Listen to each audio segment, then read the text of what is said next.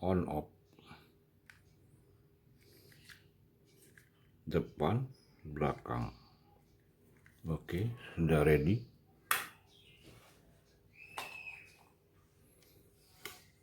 Terus kita nyalain remote.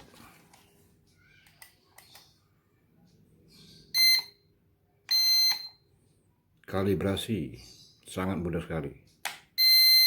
Nyala, coba sekali lagi. Gampang, simple, cocok buat pemula. Ini manual.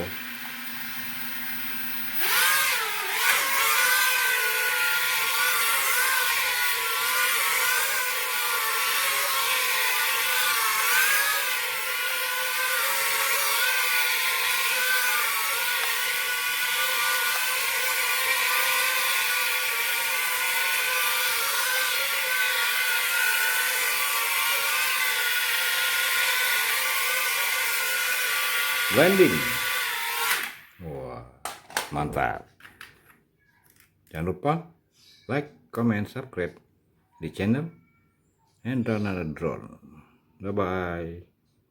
Good luck.